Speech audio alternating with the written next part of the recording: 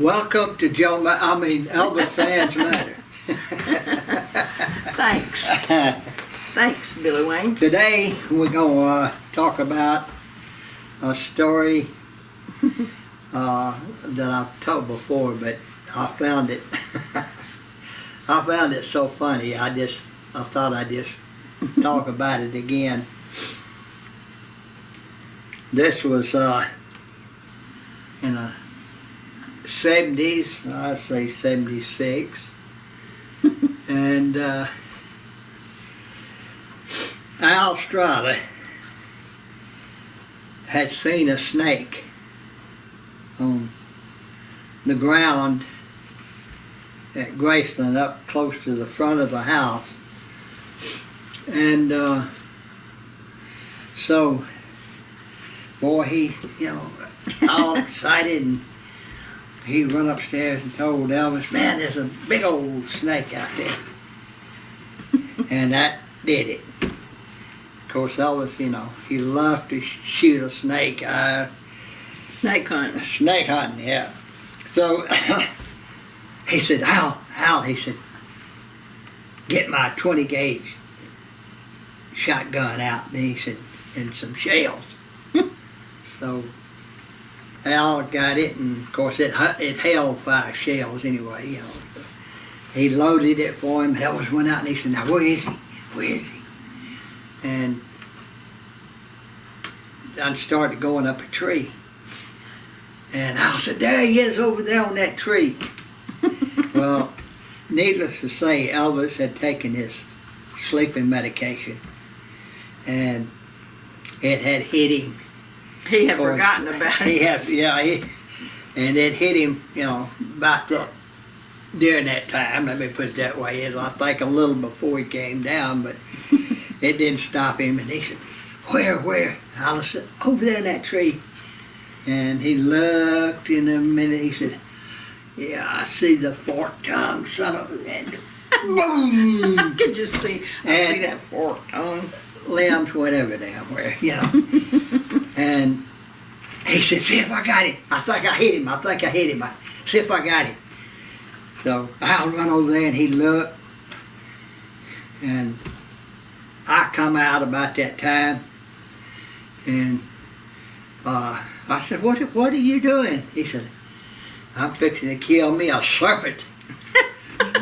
Said, I thought I got him, but I guess I missed him. I was looking now. So I said, "Be careful now, don't aim too low." I said, because there's a lot of people down at the gate, and you know how that is. They'll be complaining about something, my neighbors and all. So he said, he said, "I'm a dead-eye shot, I know that." what I'm He said, doing. "And I know what I'm doing. I see him. I think I see him again." Al said, "Elvis, you didn't hit him." And said, so we looked, and one of the branches moved, and and all that. Well, that's all it took. Boy, he ran back in again, and boom! And he went back a little bit and rocked. He was standing up, and I said, he had on his pajamas and rubber, yeah, too. That's what was so funny. I said, "Elvis, you might ought to sit down." I said, he almost fell over when he shot, repercussion of the shotgun, hit him and rocked him. And I said, "Yeah, sit down. You can see him. We'll find him." "Oh, no." He said, "I tell you what, go over there and climb up that tree there and see if you don't see him, because I could have swore I saw him in that tree." I said, "Okay." I said, I will. Wait a minute. So I run over there and I start climbing up the tree, and about that time, boom! I heard them leaves and all. I heard them pellets hitting. I said, I just fell out of the tree. I said, "You got a little close." No, man. I said, I don't miss. He said, I'm a crack shot. I'm a crack shot, yeah. He said, when it comes to shooting. And I said, "Well, I tell you what," I said, "you need to sit down now." That's after I finally got a little color back in my face. Dad. So I finally got him set down on the curb, and he just wasn't going to go till he got that snake. Now, we hadn't seen that snake since Al said it was out there. But he was still looking, boy. And in a minute, he said, oh, I got him this time. I see him up there. I got him. Boom! He went forward a little bit, and then he just went all the way back, and I had to catch him. His feet straight up. Yeah. And I said, I think you got him. I'm pretty sure you got him that time. And he said, that's good. He said, I think I got him too. Let's go. I said, because you need to go in. I said, You're making a spectacle. I said, fans down there, I said, see and all. I said, and you don't want them hollering at you and, stuff like that. And I said, see you, with the shotgun out here, because they'll call the police. You know how that is. Yeah, you're right. I guess I better go in. And there went the phone. But anyway. The police. 1, 6, 6, 2, 5, 7, Oh, yeah. We've had some. We got the phone Like call. I said, we're lucky to be alive. Yeah. I don't mind the phone because, we don't we turn it off. don't turn it off. Like, we just sitting here doing it in our leisure way. And round the kitchen table. And around the kitchen table. But anyway, finally got him back inside. Got him upstairs and got him in the bed and all. And If there's anything I hate, it's a forked tongue. he said, I hate a forked tongue snake. He said, I said, well, you got him. He's out there. You got him. Well, I knew I could. He said, I don't miss. He said, I'm a crack shot. I said, no. I said, you got him. And he said, all right. He said, I'll see y'all this afternoon, because that was earlier in the morning when that happened. And he had just gone to bed because he sat up all night anyway, So. But after we left out of there, I told Al, I said, man, don't never say nothing like that again around him. And Al, he said, believe me, he said, I promise you I never will again. I said, okay, man. I said, because, if he's going to try it, I said, he'll try to kill it or run it down or whatever, how he is. And that was a challenge to him. And so I said, how he gets when something like that goes on. And Al said, no, I never will. I never will again. He said, he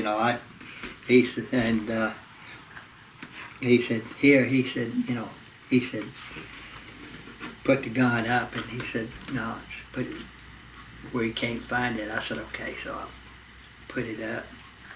And but anyway, he finally went to sleep, and when he woke up that afternoon and all, he was talking about telling everybody, I killed a dadgum snake. He said, I bet it was that long. And wasn't nothing but a bunch of tree limbs out there. Wasn't many of them, because it he always liked to tell about it first. But he had to tell about it first. Don't tell anybody about this. He said, no. This is our secret. And then he's the first one to tell about it. But he had to tell everybody the next day about it. And he said, yeah, he thought he was going to sliver away. Sliver. And I could just see him saying, he was one of the most comical people he was, boy. you would ever want to meet, just naturally. I mean, he could look at you a certain way, or just like sliver. He wouldn't just say, he slivered away. Sliver, and he put slivered away. He was dramatic, almost as dramatic as Lamar. He said, but I got him, and I watched him as he fell and hit the ground. saw a limb hit the ground. He had to exaggerate a little yeah, bit. just a little bit. But that was the way he was, and funny, golly darn.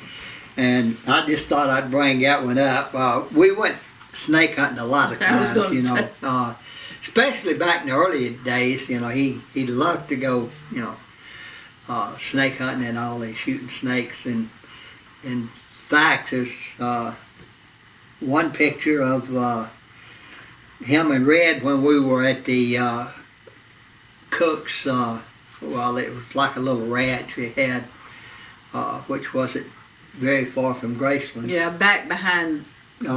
And they had a huge, well, I'd say it's more like a lake than a pond, but it had a lot of snakes. And, before all that subdivision was built back there, it was a big Yeah. riding stable and all kinds of well, stuff back actually, there. this was across From that. from Graceland on down Range Road. Oh. A lot of people won't know where Range Road is, but anyway, there was a place out there, and that's where we'd go snake hunting. And of course, Remember the one he told you don't move? yeah, don't move. Yeah. He said, there's a snake. He said, you almost stepped on him. He said, don't move. I said, okay, I won't. Pow, and he did. He killed it, boy. And it was pretty close to me. I mean, I don't think it was quite in striking distance, but it was close. And I did see it, boy. He said, good thing I was here. You might have been killed. He was carrying on. You might have been You bitten. might have been killed, he said. Carrying on with me. But we had a lot of fun doing crazy stuff like that. But that was so funny to me, especially when he ran back sitting on that curve. I mean, it was God like Cat Ballou, where Lee Marvin riding, he was weaving around. But I thought I'd tell y'all that little story, but as of right now, there's so much more we'll tell as we go along, and hope you enjoy these stories, and as long as y'all enjoy them and everything, and we'll keep doing them as long as we can. But, He's our favorite subject. If Yeah. people want to hear about it, and if they're really truly interested, and we love to talk about him and and share. we meet a lot of fans.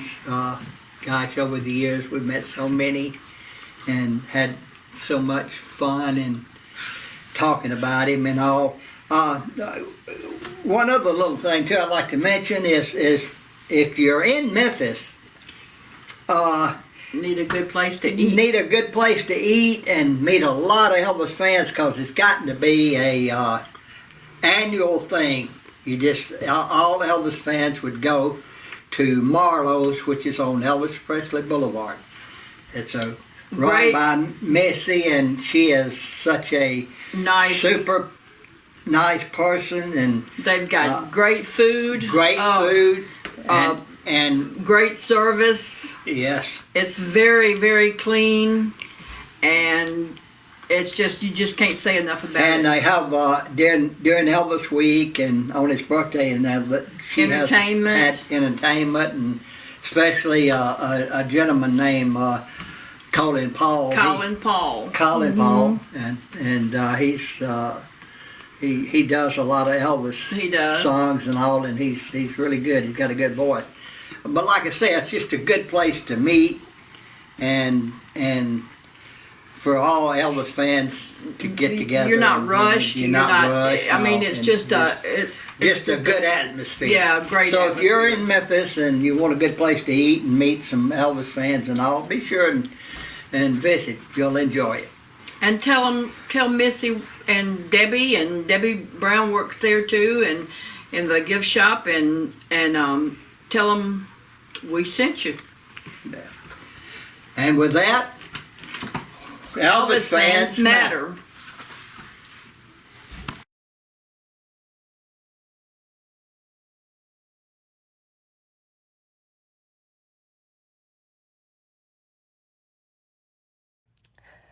Make sure to like, comment, subscribe, and share. Thanks for watching.